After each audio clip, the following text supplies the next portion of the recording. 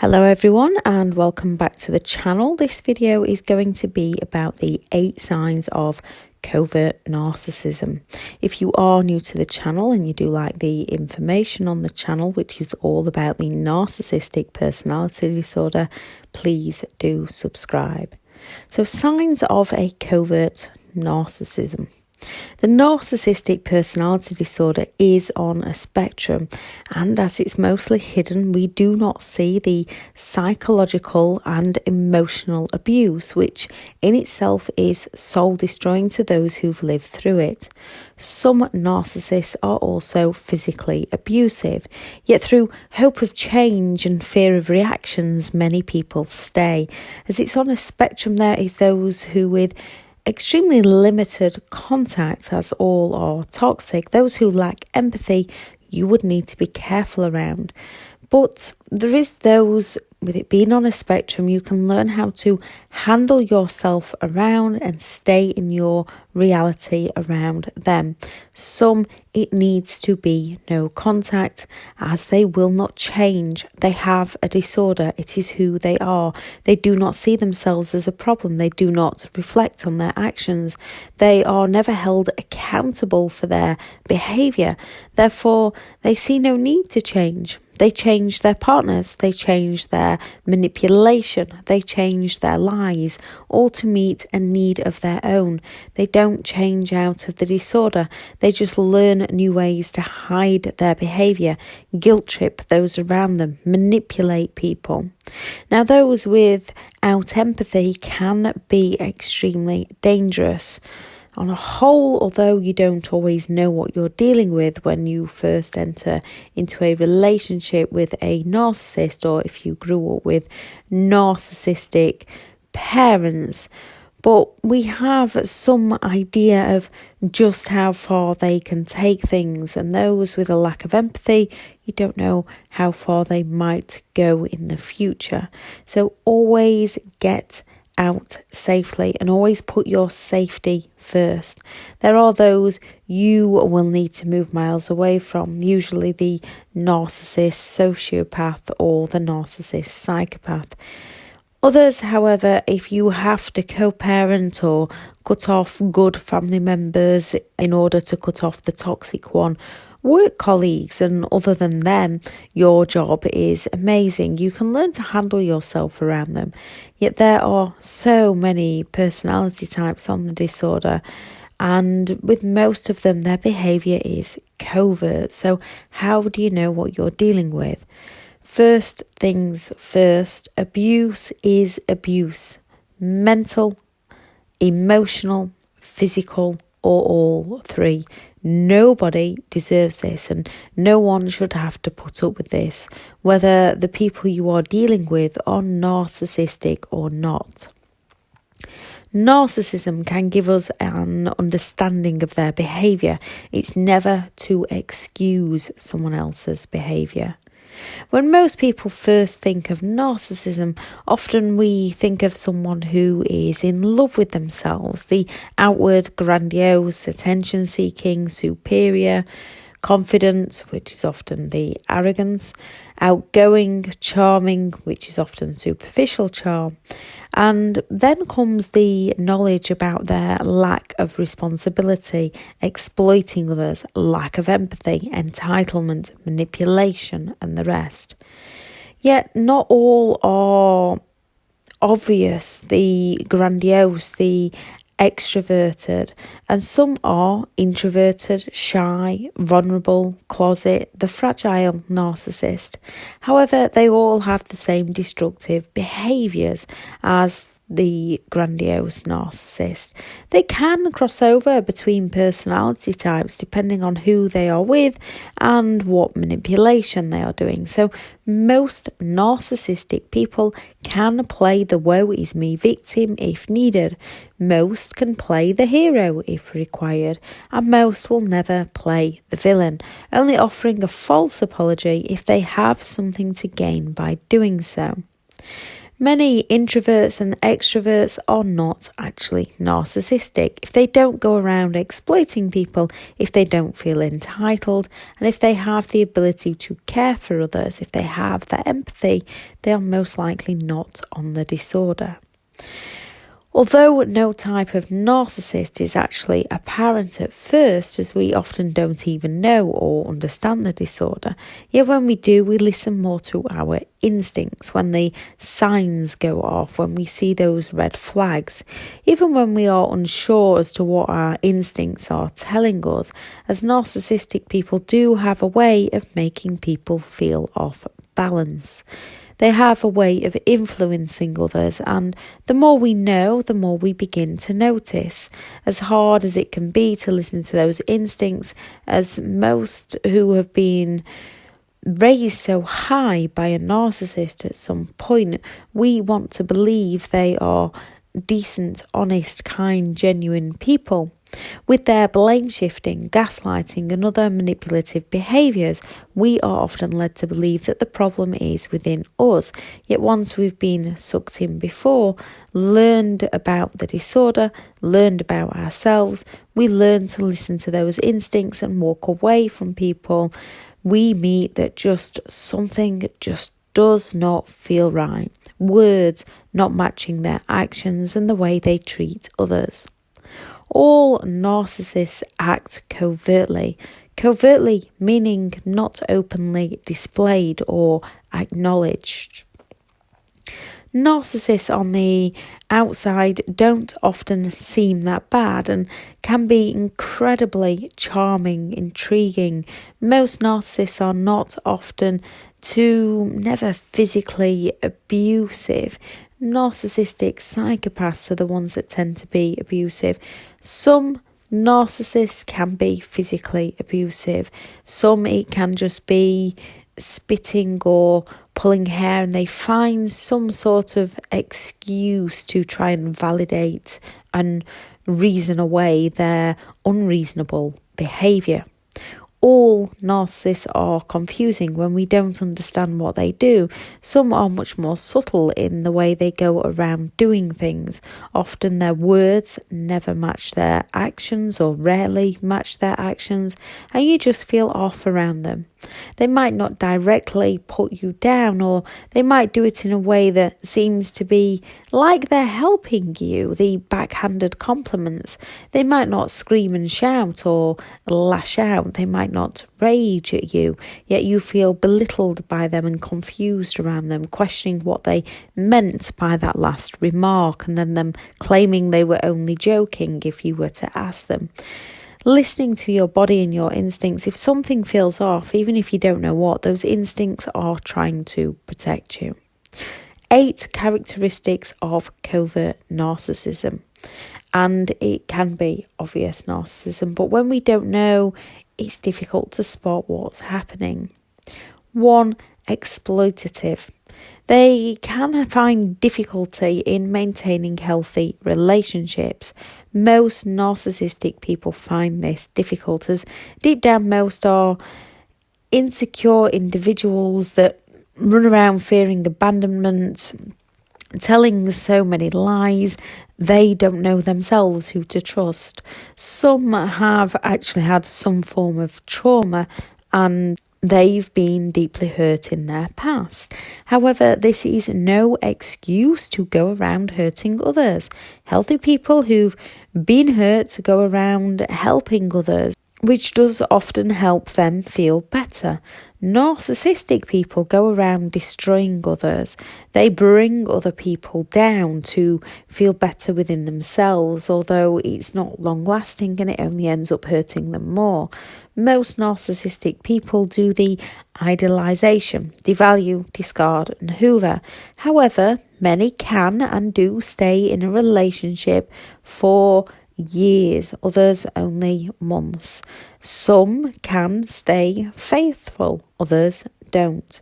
Still, all have problems maintaining a healthy relationship with anyone close to them due to their lack of ability to compromise, their need for control, and the fact that they never think anything is their fault, as they flip the script within their own minds, change the reality, and often end up believing their lies while getting enablers and flying monkeys to believe them also. 2, superiority, that patronising and condescending behaviour. Most narcissists patronise people around them. All take people down in one form or another, so those around them are left feeling not good enough, not worthy. They can tell you straight out that you're not good enough, and as often we care for the opinions of those who we believe care for us, this leads us to questioning ourselves. And when they come at us with things like, you cannot do that, or you're crazy, I wouldn't if I was you, or I'm concerned for your mental health, we begin to question ourselves and not them. 3, lack of empathy. Most narcissists have a lack in genuine compassion. They are self-absorbed, so they can care for themselves and often just think about themselves and getting their needs met. They will rarely to never be there for you when you need them the most. This is often when they will abandon you.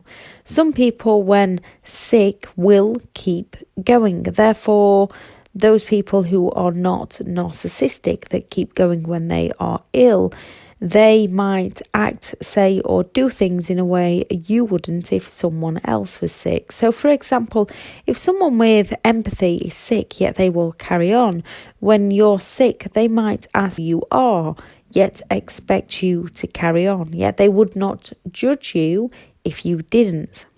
A narcissist will often want, need, and demand attention, help, and support from you when they are sick, yet they'll find a way to guilt trip you into doing things when you're sick. They will not give you the support. They will not help you when you are ill. They will want attention. They will say things like, well, if you can't, you should just go to bed. You said you'd do this for me today, or are you still going to take me here? Well, if it's too much trouble for you, I knew it'd be my fault. You're ill. It will always be about them getting their needs met, and if you don't, they will hold it against you forevermore. When they need to bring it up, they will bring it up. They'll forget the part where you were so sick you couldn't and remind you about the fact you didn't do something for them. 4, passive-aggressive. Some narcissists rage, but not all rage. And those who do not rage can use a much quieter, more confusing approach as they deal with conflict or situations in the covert, passive, aggressive, manipulative methods, often acting indirectly aggressive, which most narcissists do when they show resistance to requests from those around them in more subtle ways than the obvious ways.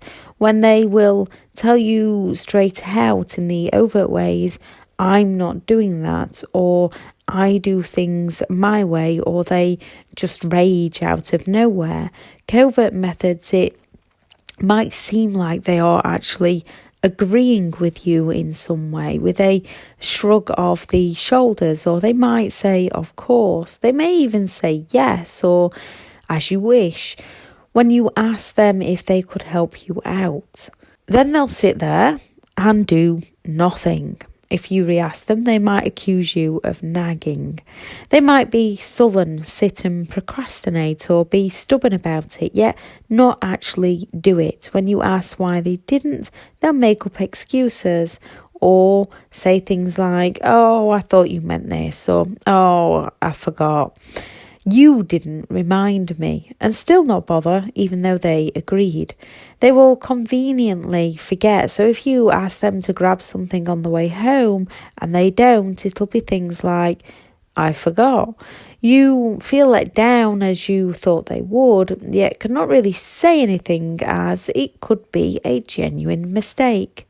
Now, people do forget and will often try to make it up.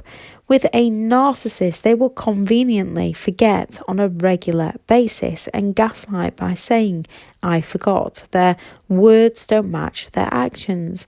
They will shrug their shoulders and never do anything about it, or they'll provoke those feelings of anger within you. They will bait you into that reaction and they'll remain calm. No open communication, just poke at you to get you going and then sit and watch you suffer while they blame you for your pain.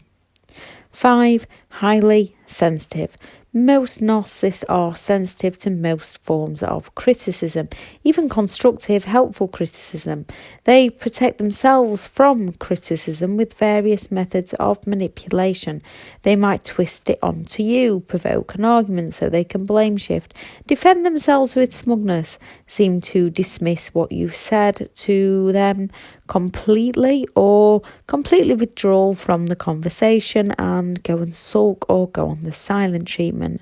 Most do not let on they have been offended and will continually scheme to get people back if they feel offended. They might just shut the conversation down, they might pity play, they often hold grudges about those around them, even though people haven't done anything. They do all they can to make you feel sorry for them and make excuses up for their behaviour. Things like, it's okay for you, you got help from X, I have to do everything for myself, no one ever helped me out. 6. Misunderstood. While most narcissists believe they are superior than others, that they are special and unique, and it's okay to feel special, the difference is narcissistic people feel especially entitled and above all others. They do not see people as individuals that are equal to them and that everybody is worthy. They only see themselves as righteous. Narcissists can feel like the world is against them. They can put on that grand superiority act and then the covert act and speak more vulnerable and tell tales of how all others let them down and hurt them. They seemingly hold grudges against many people, often seeking sympathy or revenge, rarely having anything good to say about others unless it invalidates something about you. 7. Smugness, entitlement, superiority. Once we learn about the disorder, it can be easy to spot with their big acting grand ways of how much better they are than others and how they exaggerate all their achievements or how they tend to listen half-heartedly and observe what's happening around them. They might not express negativity straight out and they might not criticize people straight out. They might say about what someone else has said and done to put people down. They might eye roll, groan, glare, start yawning, dismissive gestures, or acting like they're bored. Any comments they make might be extremely judgmental, or they might claim that someone else made that judgmental comment, and often only from a one-sided point of view, which is always the narcissist's point of view, even if they're claiming it's someone else's point of view. 8. Preoccupied with fantasies of ultimate success, self-absorbed. Most narcissists do not pay attention or listen to others. Only in the beginning, when they are collecting data, do they pay attention to the conversation. Not to get to know people for who they are, so they can use people against themselves. So they can use you against you. After they have the information they require, once they've got that information, they'll make it all about them. They might just look like they are listening and paying attention to you, however, they often zone out and block out what you're saying. Reasonable people can do this also if they are busy or stressed over a situation. Narcissists do this most of the time. They make a quick judgment whether the conversation will serve them, and if not, their mind is out of there as they are thinking about themselves. The narcissistic personality disorder is on a spectrum. They will use a weakness or a strength of the individual they are targeting. They will use their manipulation tactics to suit their own needs, and depending on the person they are trying to manipulate, as we have the malignant, grandiose, somatic, cerebral, the victim narcissist on the spectrum.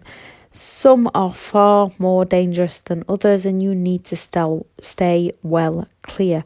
Others, if you can manage your own state of mind and limit contact, you don't have to completely cut them out of your life. Just be careful they don't infect your mind. Some, once you see what they are and what they do, you can learn to observe and not absorb their toxic behaviour. Those who have the disorder. You cannot change them. It's a hard enough job changing ourselves. Plus, they don't want to recognise any faults or flaws within themselves to learn from mistakes and find strategies to cope with the disorder. They'd prefer to just carry on their path of destruction while blaming others. Never call a narcissist out on their behaviour. Those without empathy, you never know how they will act. Calling them out on their behaviour isn't going to change their behaviour. If you don't like how someone treats you, you are more than entitled to leave them to it and go and live your life with them no longer in it. It's not cruel, it's not mean to let someone who continuously lets you down and hurts you know that that behaviour and that treatment is not acceptable for you. By walking away from them, by walking out of their life, you are showing them by your actions that their behaviour is wrong. Instead of enabling them, trying to help them, we are unwittingly enabling them to continue their hurtful ways. And it's not straightforward to just leave a toxic relationship. There's lots of things that play into the dynamics of why people stay, but one of the reasons people stay is because they can feel guilt for walking away. So shifting your beliefs on that of, if I stay, I am enabling their abuse, therefore I'm not helping me and I am not helping them. If I walk away, I am teaching them that that behaviour is not acceptable. Hopefully they might think and learn. They rarely do, but at least I am no longer enabling their behaviour. It's finding the way to tell yourself the situation that you are in to remove feelings of guilt. As I say, there's lots of reasons people stay in these relationships. Fear, obligation, and guilt are often the main three. So facing your fear safely, finding a way out, realising that you do not have to be obligated to those, you do not have to be there for those who are unwilling to be there for you. And guilt, you do not have to feel guilty for walking away from those who are willing to walk away from you. I shall add in the description for the videos 9 characteristics on the DMS5 of the narcissistic personality disorder. Again, though, abuse is abuse, narcissistic or not, there is no excuse. I shall also add the video for entitlement to explain a bit more about a narcissist entitlement and how to leave a toxic relationship. Thank you very much for listening, and I hope everyone has a good day. Bye.